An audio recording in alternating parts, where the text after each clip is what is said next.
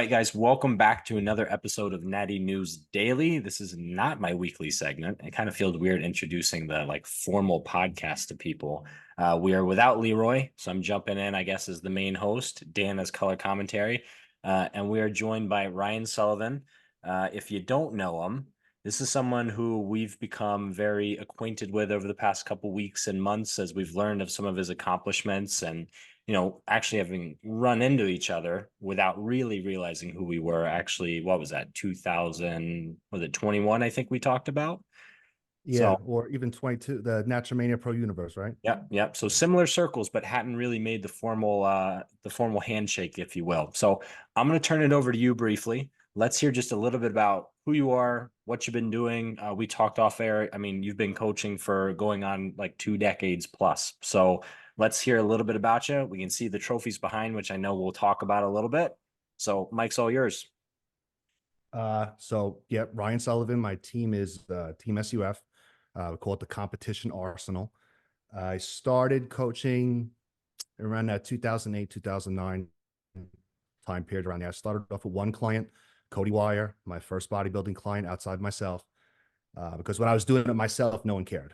When you were able to replicate it on someone else, that's when people started caring. So it started off around that time. We were messing around in really just two shows, the IMBF Natural Mania, the IMBF Hercules. That's just where we stayed. And after Cody, we started to recruit two other members. It was Fred and James. They were part of that core unit. And then from there, it really started to take shape in 2012. We won our first pro card at the IMBF Hercules. That was Tyrone Robinson in the bantamweight class. That was kind of what got us going. It was like I did a lot of lifestyle people. We had the team, yes, and it was like, I didn't want to go too much into it. Once you got that taste, that first pro card win, it was just something clicked, and it just became really an obsession at that point. Where it's like, okay, we got to come back in 2013, and that's what we did. Won 3 pro cards that day and the overall in men's bodybuilding. And that just really started to put us on the map. 2013 is really what I consider event horizon for the team. So while I started in 2008, 2009, the team, that whole unit and the idea of traveling, that was the first time we traveled to a show outside of New York. We went to Nancy Andrews Northeast Classic. That's where I bumped into Heather Drake. I then became her coach, and she became our first world title winner. So 2013 was a big year, put us on the map, and been doing it, since then. I feel like in the industry, I am one of the most, if not the most consistent. It is very stressful, when you start to have a reputation of winning. Um, People either want to see you win or make sure you don't win. So it is stressful. I enjoy it. I like being put in a corner. I like that uphill battle. I like a struggle. I like a fight. But yeah, I've loved the journey. I've met a lot of cool people. I met my wife. I met my wife through the team, and it all comes down to the 2013 Northeast Classic. Like, if I hadn't have gone there, I would have never met Heather Drake. Because we got Heather Drake and we got that world title win, some girl locally in New York loved Heather Drake and was following her on social media, everything. Oh, I got to join this team. She joined the team, and then she had one of her closest friends, my wife Shauna, join the team. And I owe a lot to natural bodybuilding. I do. I really do.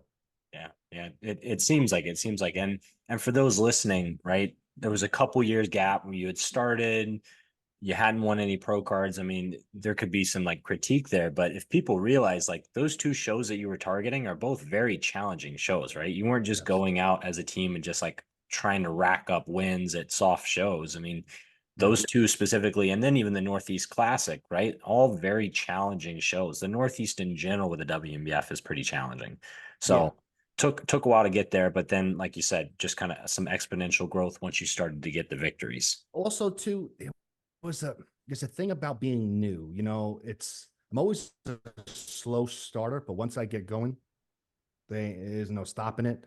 Um, I don't know. Even those first few years, we weren't even in the open.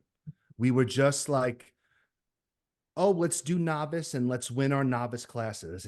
We were just really a novice team. And then Cody won the overall in novice. So he broke out. So it's like, okay, we got to go for the open now. Um, he tried 2 times and just missed it, and then Tyrone slipped in 2012 and he won that bantamweight. It was just like having that win and getting that helmet. I was like, all right, this is gonna be it now. We're gonna do this now.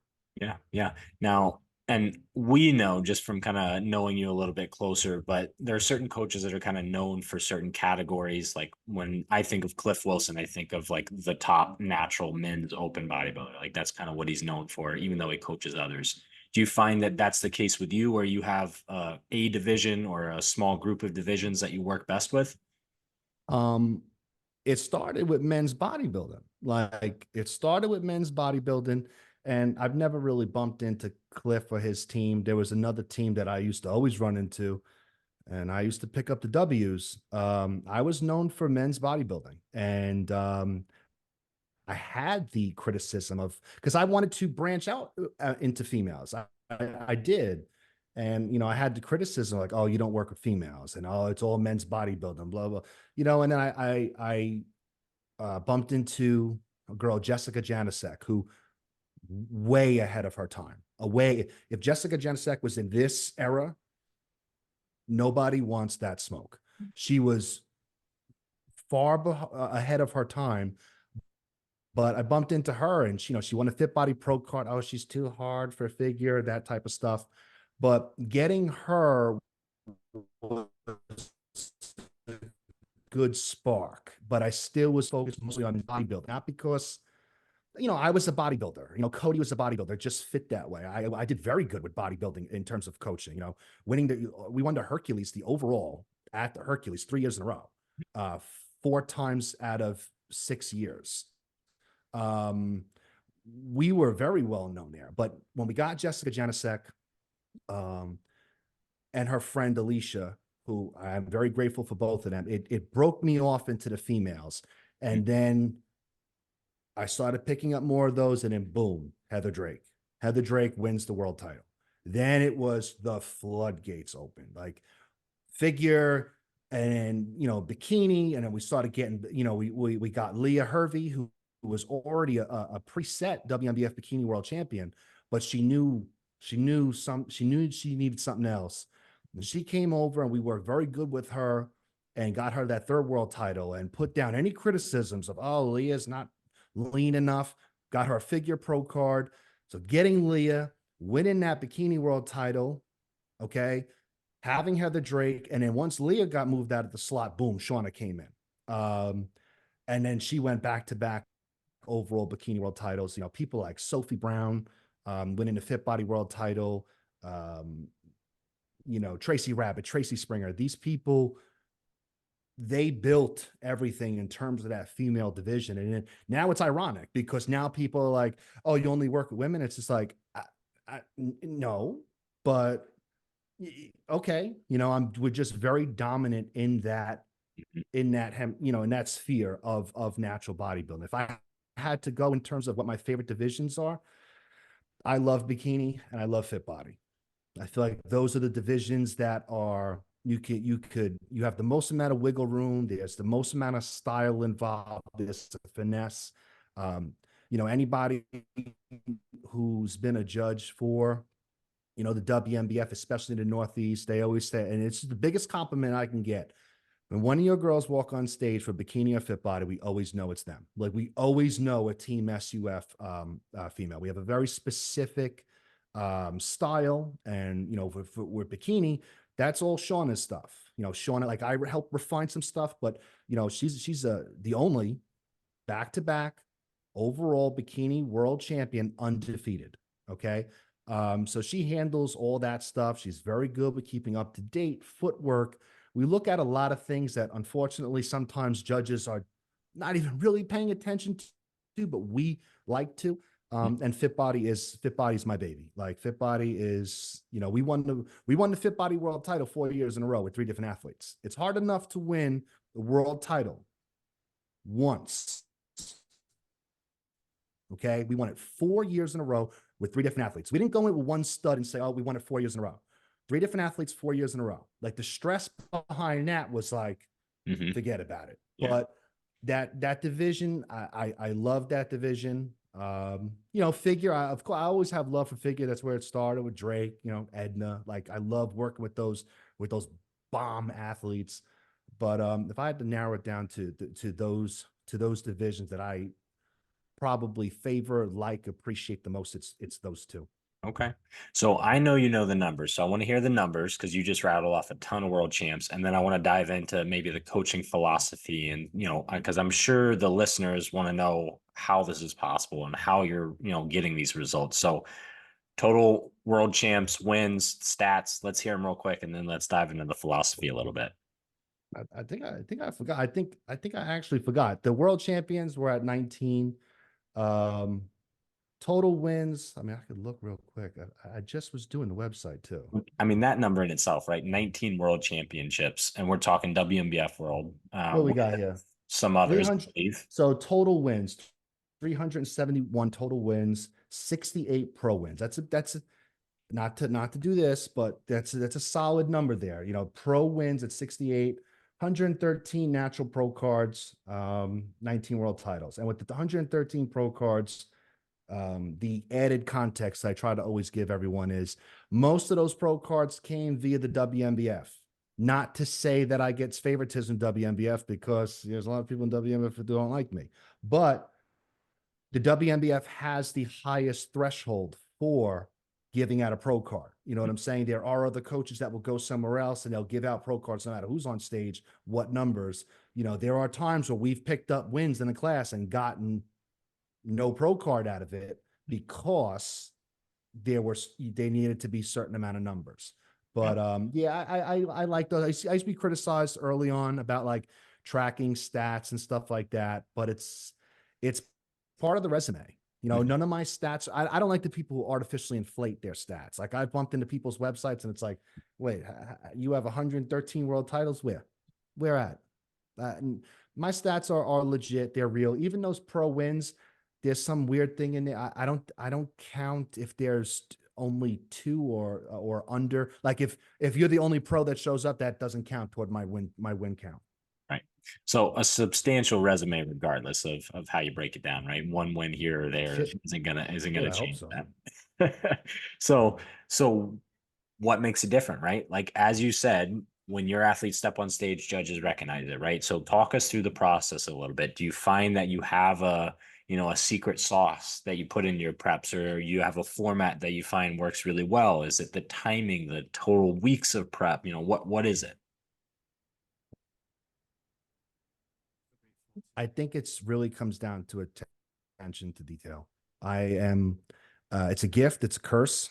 Anybody who's known me long enough in fitness, anybody who's known me outside of fitness, people I played in the sandbox with, I will always find something wrong with everything. Regardless of how good something is, regardless of how good something goes, I will always want to improve. Some people think that's great, and most of the time it is great. There are times where it's not exactly great. Sometimes I don't always live really in the moment. We can go. We went to Monster Mash. What was that? 2018. Okay, 2018 Monster Mash. That's amateur on Saturday, pros on Sunday. We won 5 pro cards and the bikini overall on Saturday. And Sunday we won 5 pro divisions, and Leah Hervey won the overall at an NPC show. I don't even think it could get any better than that. But the ride home, Shauna always knew a question was coming. What did we miss? How can we get better? And that's what I've done really since day one. And it's not just me. It comes down to the athlete, because let's say the athlete puts in a 7, right? I'm going to do everything I can to squeeze an 8 out of them. And then when I get the 8 out of them, some will tap out. That's it. 8 is it. Okay. And then you have the people like Shauna, Heather Drake, Edna, Bronwyn, Jana, all those people, Tracy Springer, Tracy Rabbit, whatever. You have those people who every time I fucking turn the screw more, they excel. And I'm not going to be outworked. So if you're working, you're never going to outwork me. I'm going to keep turning it, and I'm going to keep turning it. And I'm going to nitpick even the slightest little thing about the posing, about the rear pose. Your hamstring's got to be tight. I don't like your hand in this position. You look awkward. Move your shoulders down. You look tense. I will literally tear it apart with an athlete I know I can do that with. Someone who's not going to crumble under that pressure, someone who's not going to take that as an attack or personal. I know who I can deal with. You know, I know I can hammer someone like Edna in a respectful way, but hammer someone like Edna. I hammered my wife with those posing sessions and all that stuff that second year. You know, the first year was fun. It was like, oh, we went pro. Oh, we won our first pro show and our first overall. Oh my God, our first. It was just a Cinderella story. You're on top of the mountain and you have to defend. It's a different animal. And the key is for me is being consistent, being on top of and it's not always the training. It's not always the training. That's why I want to get into some things about overcomplicating things. You know, I've been up plenty of times against some of those coaches who have the secret sauce in terms of the training and stuff like that. And I get to show them, I'm like, oh, I'm gonna eat you alive. I'm looking at their tan. I'm looking at how they're posing backstage. I'm like, I'm gonna chew you apart. And it's not just the training. It's not just the nutrition. We're in the sport of bodybuilding. This is not the sport of like, how good can I train and how big can I make my muscles? This is bodybuilding. It's presentation. It's how you present yourself on stage. It's consistency. It's your poise. It's when it comes to details and sheen and you gotta have the proper sheen. I look at the light temperatures. I know light Kelvin scales and stuff like that. These are all things that, I don't know why that alarm goes off. It goes off at 7:21 and 7:59. But these are the things that I pay attention to all the time. Is the training solid? Yes. I've learned a lot in terms of training, but so has a lot of other people. A lot of people are very knowledgeable in training. A lot of people are maybe a little too knowledgeable. They get a little too overcomplicated with things, and they spook people. A lot of people are very knowledgeable and gifted in terms of the nutrition and stuff like that. I take a different approach in terms of getting people ready for the stage, and I try to tap into emotions. Like if you got a chip on your shoulder and you got something to prove, I'm the guy to go to, because I will take that, okay, and I'll build on that and I'll use that as a motivation. One of the first times I did that was with Cody. Cody, he had already moved down to North Carolina, and he was coming up to New York for the Hercules. And I think his first or second, I forgot, I lost track, before he went pro, his most recent attempt to go pro, he was second or third, and I remember we were walking at it. He was pissed, and I was about 15 feet away from him. He took his trophy and threw it in the garbage, New York City street. I went in the garbage without him knowing and took the trophy, put it in my bag, didn't say nothing of it. When it came down to his year, 2013, to win that Hercules, we needed to win. I still had that trophy.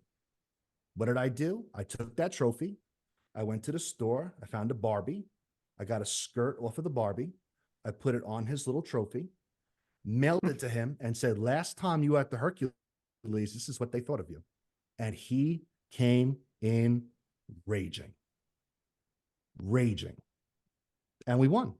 Those are the things I'm good at. I'm good at that type of stuff. And one of the things I wanted to talk about is some people claim, it's not just me. I talk to other coaches that get accused of too, playing favorites and stuff like that. I get accused of that. Oh, I have my favorites. Listen, everybody gets their programs. Everyone gets a special attention to detail. The software that I'm using to build your programs, I built. I paid for that. It's not some third-party lease software. I paid for that. to make sure I can efficiently manage you.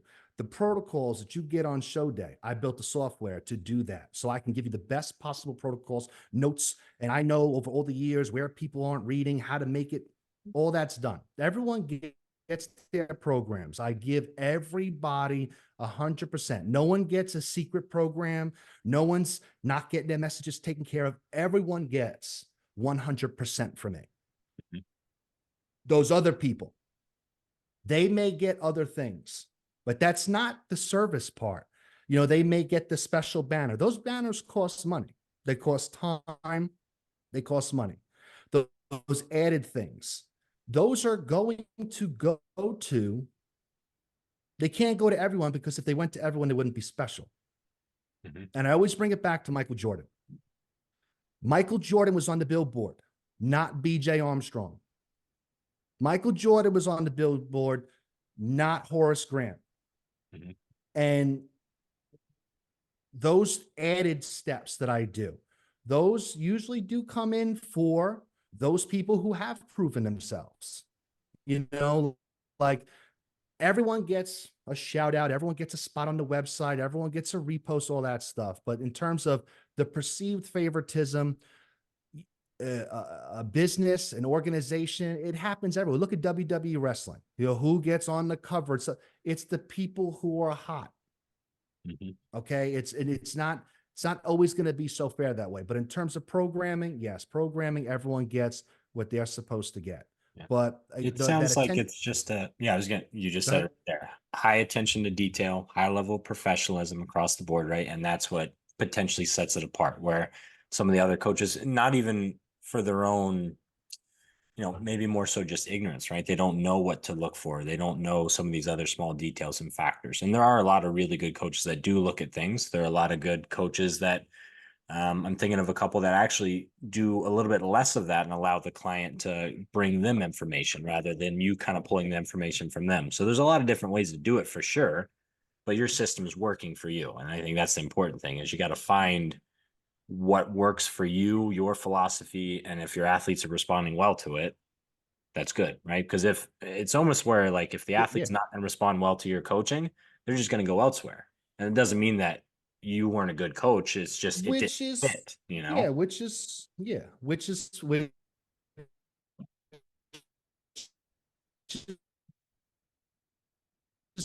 fine. And I'm saying whatever. But and I was like, oh yeah, you're leaving? Okay. You know, but now it's like I know I'm not for everyone. There are people who definitely need their handheld a little more. Just say I'm providing like they need their handheld. Yeah. Like I'm not really the novice person who's just like real going nuts with everything. Like you may need to be in a developmental or beginner program before, not to say I don't do good. I've done very well with novice people. I have some people now. It's just the very, very, needy or I don't want to say insecure, but they need a little bit more in order to feel better. I am probably we show up on show day, turn into Voltron, and do what we have to do. That's how we approach things. People are very tight knit. There are people on the team who talk, but we're not a social gathering. We're not a sorority. We're not a fraternity. We're not for each other. It, it that's really what is different with us. Everyone will have a different flavor in terms of coaching, and I have learned to dig in to my philosophy because I want to attract the people that I want. I Yeah. don't want to attract someone who, a month in is going to be, oh, this isn't for me. And, you were supposed to, I want to attract the people that I want to, attract. And that's why I keep my messaging the same. I keep my approach the same. I'm never going to win a popularity contest. I'm not. I know that.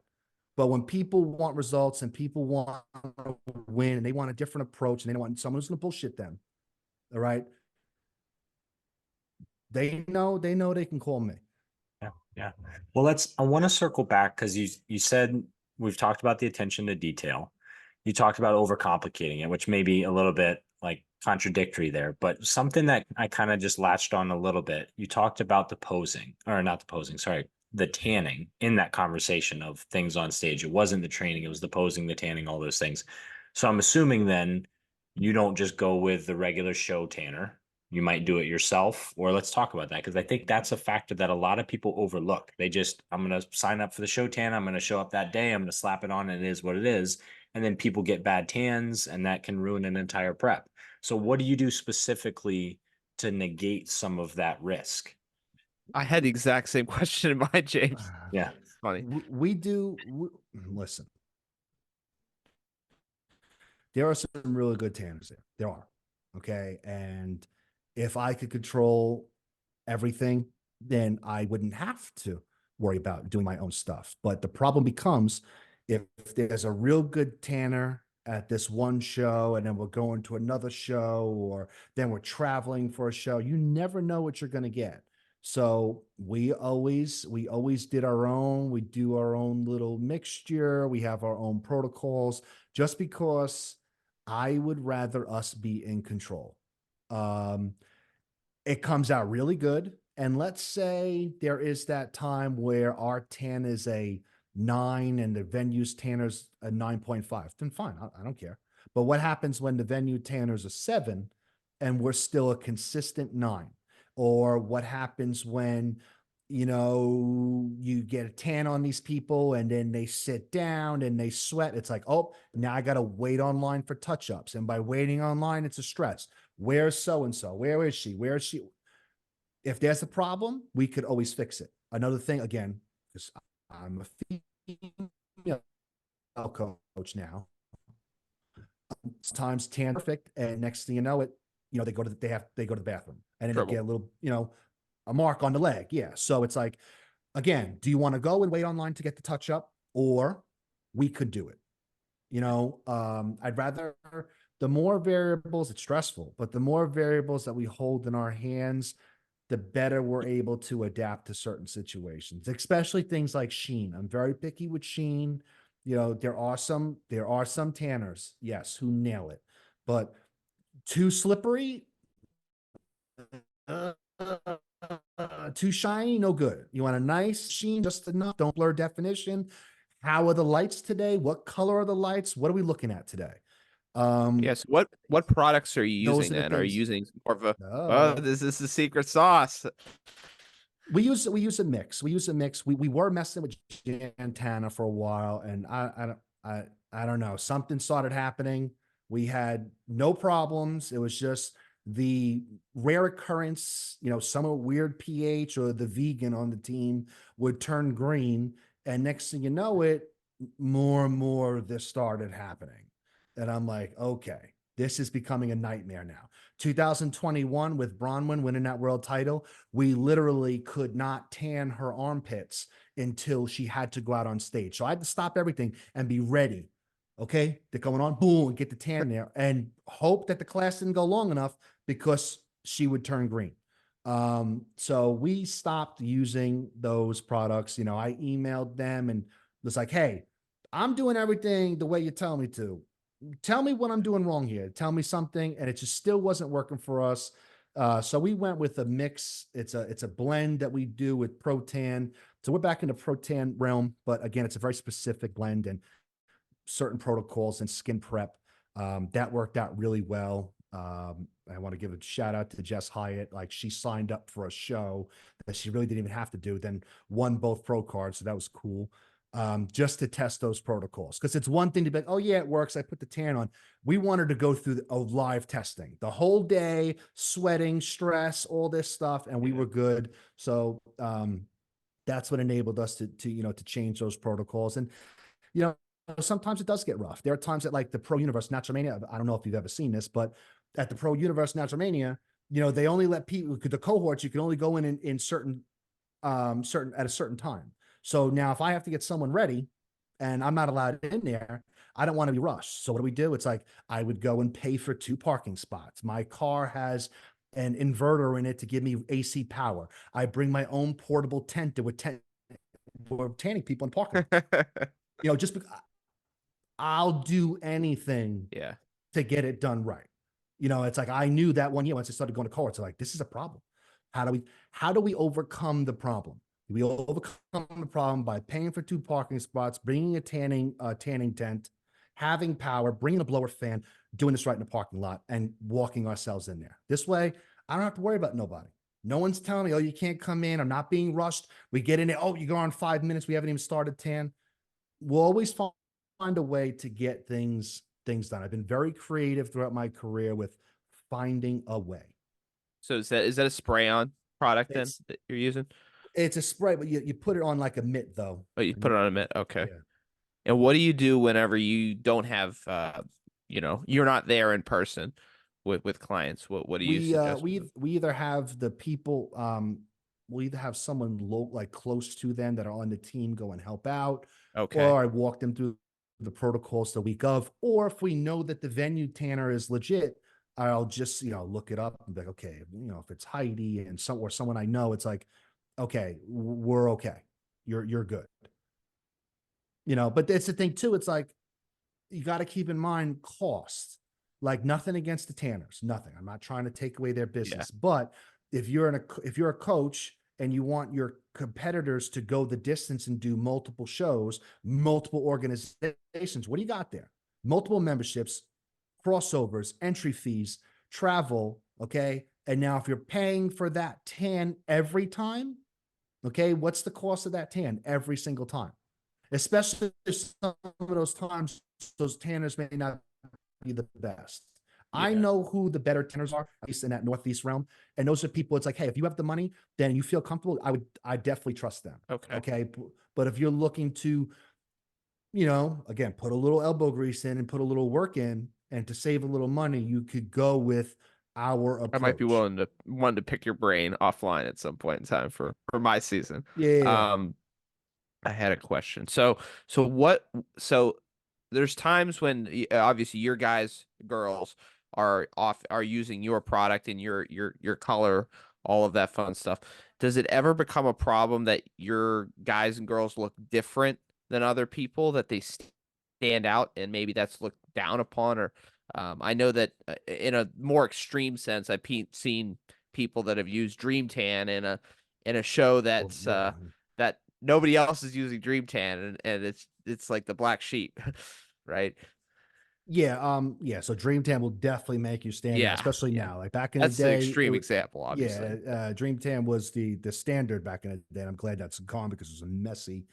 But yeah, there are times it's never really been a problem. The only times we've gotten into problems and the only criticisms we've ever heard were stuff that I already knew. Oh, discoloration, and it's like that's not me. Like we had protocols that worked, and all of a sudden something changed. Like it wasn't me.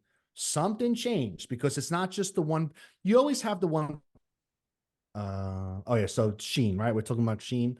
So I try to get to the stage as early as I possibly can to look at, again, lights, angle of the lights. That's going to determine a lot of things. Like, do we need to be darker? Do we need to be lighter? It's always a good thing to not be in the first class, because when the first class comes out, if I have no one in it, I'm going out there and looking like, all right, we're okay. We need to go darker. We need to go lighter. We got to be easy on the sheen. You may have a direct light. Lighting's very important. You got to watch, sometimes projector screens, it's happened at Worlds before where you're shooting a projector and you're shooting the projector at the screen and it's hitting the human body. It's always good to not be as shiny. When you're too shiny, it's just a lot of stuff gets missing. It's a sweet spot. It's a science. It's an art. And you got to watch too, because certain people, they'll get, that's another reason too, like with the glazers, like they have a lot of people to do something, to do in volume.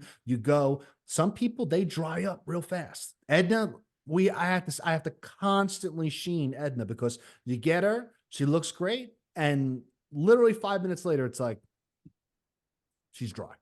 So it's like, here we go again. Like it's a process to stay on top of that, where it's like you want to get it perfect and you want to keep it perfect, and you want to make sure things like the lighting itself, like, you know, when you're backstage and sometimes it's not that well lit, you know, people putting sheen on, and where can't they see? They can't see the calves, the lower extremities, right? So then you get on stage and it's like, whoa, why are her calves so shiny? Because you didn't see that there was too much sheen caked on her calves. That's why I like to bring a portable light and look around.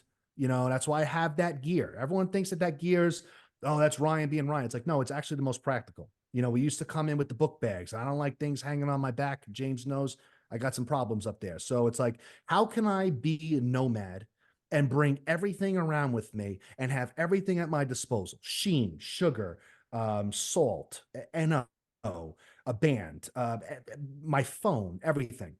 Mitts, one for sheen, tan. It's in that vest. It's in that vest. It's in the molly packs. And Everything's for those there. that don't know, Ryan rolls up to every show in like full-fledged combat gear. And I'll tell you, the first time I saw it, I was like, what is going on? But then the more you look and the more I've talked and I read the posts that you made about it, it's like, well, he literally has everything at his fingertips right then and there. Resistance It's bands clipped onto you, you know, the whole nine. So yeah, with the bands clipped onto you, it's like I could hold one band and one athlete could be doing one thing, and with the other band anchored to me, someone's doing rows. And it didn't start off as a tactical vest. So we started off with backpacks, aprons. We had aprons. If you look at some of my winning photos, we had aprons. The aprons were good, but then it's like everything's getting mixed up. My hands are getting dirty. And then I really didn't. I had this beef with this. This is funny. This is the only beef that I can say that was not legitimate. Every beef I've had, there was a reason behind. I had this beef with this coach Kara, and once she started doing the the the aprons, I was like, I'm not doing aprons. No way. So that's when it evolved to and now we're very close friends, which is good. But it evolved to the tactical. First, it was a tactical belt. I was like, if I can't do the apron, I'll do a tactical belt. And I was like, yeah, but I'm having a problem moving around because I can't get my phone and all the tan. I was like, the vest. If I have a vest with all the pouches full of what's supposed to be for the magazines for a gun, it's, you know, you put everything in there, and now it's like I flip one up, I got sheen. I flip one up, I have tan, second tan, and then mitt, sheen mitt, and you know, everything's extra candy. It's like we're going on stage. You got your key. Oh my god, I forgot it. Boom, got it. Oh, my mouth is dry. Oh, I got a little packet of water here. Go ahead. Just, you know, everything is there because back in the day before COVID, we used to be in the big cafeterias. So we would just come in with all our stuff. We'd have a table set up. We were the most efficient show on wheels.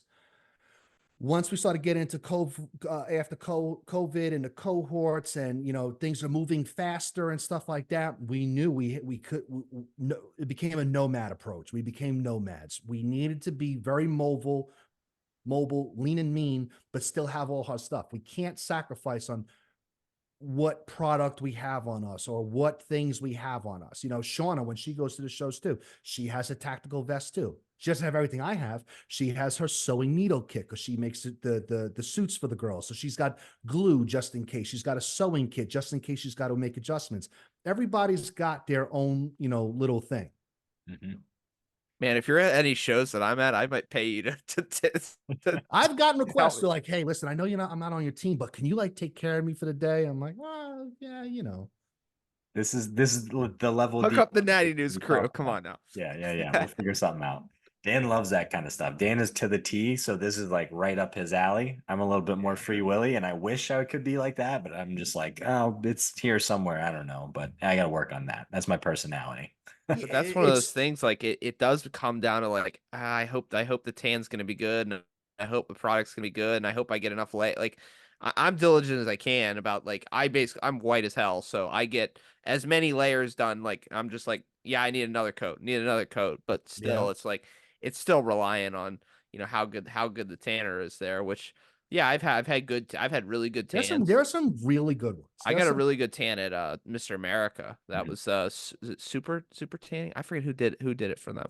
But 2021 Mr. America okay. was good. Yeah, there's some really, really good ones. And like Yeah. I said, nothing against them. It's just for me, it's always been things may change, but Yeah, like it's always been like I'd rather control the deck because absolutely. when everything's good, everything's good. When shit hits the fan, who's going to step up? At least when it's on my shoulders, I know I can step up.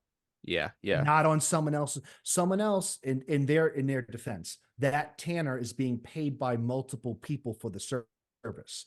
I am only responsible for my people. My Yeah. people are priority one. I can't force that tanner to say, make my people priority one. Most people think I would think like that, but I know what's practical. I would never put a tanner in that position to choose favorites or to favor me. So therefore, if I'm going to, there's going to be any favoritism paid toward my athletes, it's coming from me. Yeah, no, I love it. You could Is do a there, course. You could do a course on this. I feel like I was gonna say I we feel could like do a whole podcast on this. Yeah. I've accumulated, we basically are. I've accumulated a lot of this type of stuff over the years because again, I find fault in everything. You guys were Yeah. probably, probably didn't know of me, but the shows, that's what, there are things we built and some of the OGs will know, like things like Grant and Eve. Like I built a custom cart. It's like, what do we need as show? What happens, when you go to a show and you have a big team, right? You go to a show and you have a big team, you want to keep everyone together, but everyone shows up at different times. And then if you try to be together, then you're taking up someone else's space. And then people complain, oh, they're taking up all the space. I didn't want those complaints because I know they were unwarranted because per square foot, which I did the measurements and did all the calculations because someone criticized me. Per square foot, we were actually taking per person square foot, we were actually taking up less space than a single competitor with a coach would. But I didn't want that criticism. So what was the thing? It was like, you know what? We're going to go into a show. I'm going to build a hand cart, custom made, 2 pieces that disassembles in I got it in 70 seconds. That goes on the back of my van. I'm going to pull up to a show. I'm going to bring in rolls of paper, plastic, cleaning supplies, fans, tables, everything on one cart, lights, extension cords, everything. Boom. And I'm going to set up my own space away from everyone so no one can criticize and I can keep my team together without impeding or hindering anyone else's feel and experience at the show. Oh, he took up my space. No, I'm not even near you. But then it put me at a disadvantage because now I'm further from the action and I'm further from the expediter. And again, I would never expect an expediter to walk an extra 15, 20 feet, even though sometimes it could be beneficial to them, to come and tell me what the order of events was, or you need to do this. I never wanted that special treatment. So I created a video system. It came in a suitcase. It disassembled like something you'd see at an you pulled this thing out and it was battery powered. I fired it myself, almost lit myself fire twice. Battery powered because I didn't want to plug in anything. I want some to say, oh, Ryan's plugging in all this stuff. There's wires we tripped. Nope. It fits right in his seat. We pulled it apart, battery powered, sent out its own signal because you never get Wi-Fi at a show. You never have cell service. I created my own signal, set up these little satellites, and put other satellites hidden throughout the building. And all it did was beam me a live feed back to our workstation, what was on stage. So I told the expediters, I was like, don't even come look for me. My people will always be ready for you. And because we always know and see what's on stage. That's always really what we've been about. Just how do I make it better? How do I become more efficient? How do I not rely on certain inefficiencies at a show? Because all I care about at the end of the day is the user experience for my team and how I manage things. And I got tired of dealing with the damage control of things going wrong or, oh my God, where are we? And if I could put the weight on my shoulders and my technology and some of my ideas, I'll be okay. I'll be okay. It's when I start relying on other people, that's when things start to go south. Yeah. Unfortunately, Control that's the what I've learned. situation. Yes. Yeah. And it sounds like I'm a control freak. By nature, I'm lazy. I don't want to be doing these things. I don't want to, but it has taught me in order Yeah. to do the most and provide the most, I needed to do these things. But I didn't want to spend show that day is money. chaotic, It right? is Like very it chaotic. is chaotic. Like It is things very get chaotic. moved, times get moved. Oh, 5 minutes. Oh, wait, no. When we said 5 minutes, I've like been at a show where I've been in, the, almost got the, into an argument with an expediter, and we almost went to blows. And he's like, "Oh, you always talking shit." I'm like, well, "I'm not talking shit. I'm here to tell you this order of events is wrong." "Oh, no, it's not." And I'm like, "Wait, my order is different from the order that's in your hand." And look, there's an order of events on the wall. That's within a 5-foot radius. There are 3 different orders of events, and you wonder why I'm building all this weird shit. I love it. Because Yeah. at the end of the day, sometimes those competitors don't grasp what's going on at the macro level. So if at the macro level, a promoter, an expediter, if they're unorganized and it's hitting me in the chin, guess who looks weak and vulnerable? Me. And it's not me. It is rarely me. I know when I miss a step. Okay. But I don't, if I do something wrong, if I do something to get knocked off a pedestal, I want to make sure that I do it. But being bounced around like a pinball and not knowing what's going on, and then you have a client who's already having a bad experience. "Oh, my coach didn't." I'll be on the chopping block. And I'm not going to be put on a chopping block. I'm not going to have my coaching, my reputation, my income stream put on the line for something I had no input in. So you know what? That's when I started to try to control the field as much as possible. Yeah. Well, I think, and that's perfect because we got off on a couple different tangents, but it always kind of ties back into, I asked about like what makes your coaching different, right? That's in itself. Like these stories are perfect examples of you're doing everything you possibly can for your athlete to the nth degree, right? And that just it provides a higher detail, higher quality service than what others are doing sometimes. So Yes, you have to look ahead. And I bring back the story. It was the 2022 Worlds. Okay, 2022 Worlds. Venue changed. Things were real tight. Okay, and I had a feeling it was going to be real tight there. And I send care packages. It costs a lot of money. I send a care package from New York, North Carolina, wherever the hell I was at that point, to California, or that was Vegas. Where the hell were we for that? That was California. I send a care package, and that's got emergency supplies, extension cords, power supplies, lights, all that stuff. We got in there, and it was tight, and I was like, "We're in trouble. We're in trouble." So I go to Amy Bakeman, who was my staff for the day, and I'm like looking around, and I find this.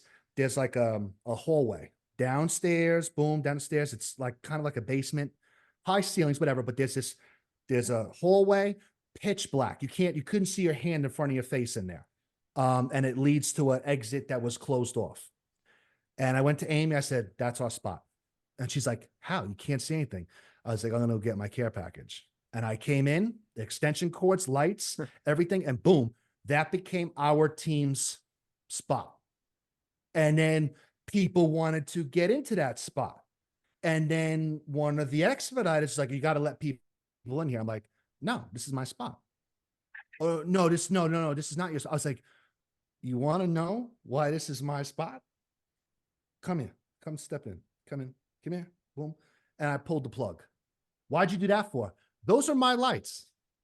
That's my lights. That's my extension cord. Without my foresight or seeing that this would happen, this spot would be unusable for anyone. So that is why this is my spot." And that's what it really comes down to. It's very stressful, but you have to anticipate. You don't have to. I anticipate everything going wrong at a show and what could possibly go wrong and what will you need access to? How are you going to get it? And that's really how I approach coaching, because most of the time coaching for me has become damage control at a show. It really has been. Unfortunately, that's what it has become. I love it. I love it. The Now, only time, and I'm not just saying this, the only time recently where I haven't felt like it's been damage control for a very large show, the Orton Cup. Not once did I feel like against the wall. It kind of felt awkward to me because I'm like, all right, something's going to go wrong. I'm going to get it. You're looking for something go Yep. wrong. And the shit never went wrong. Like Yeah. for a show that big, that's the biggest pro only show in natural bodybuilding history. Okay. That Yorton Cup that just passed. And I was ready. I had everything ready. And that show did not throw me no curves, nothing. Nice. That's good to know. Good to know. To hear that feedback too.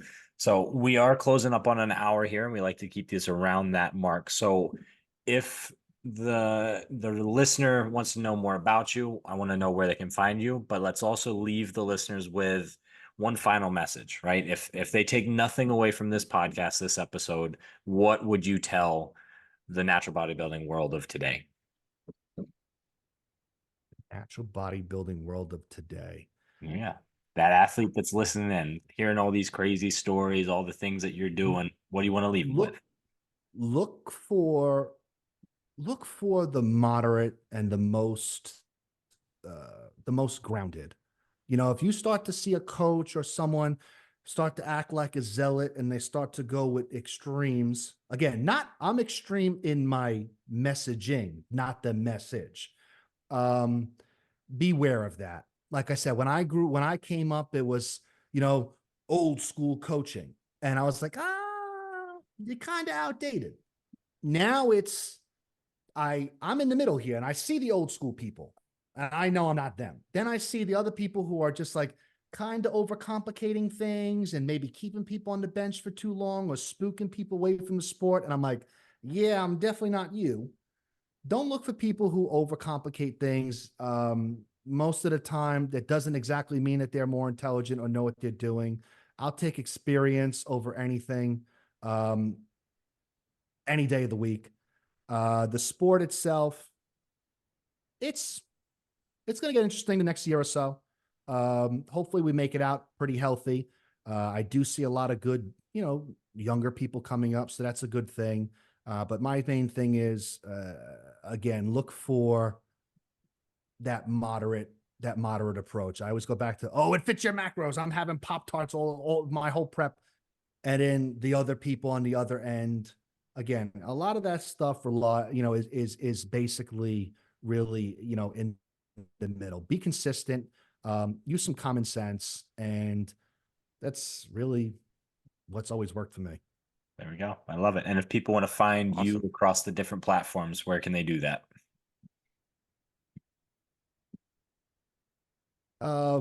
I'd go to the website, teamsuf.com. You can go there. Instagram, what's that? Psy_unison_fitness. I think that's my handle. It's something like that.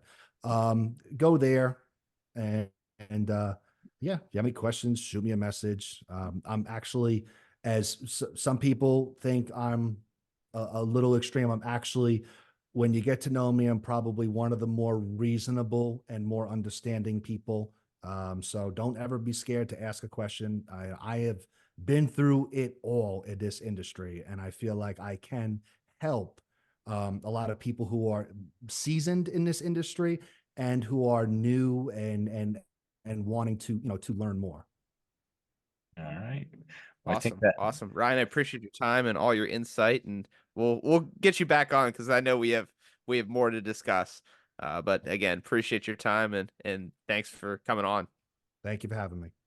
Yeah, absolutely. So I think that's going to wrap things up for this episode of the Natty News Daily podcast. If you guys liked the episode, like, subscribe, comment, share across your podcast platforms, across YouTube, Instagram, all of it. And we'll see you guys in the next one.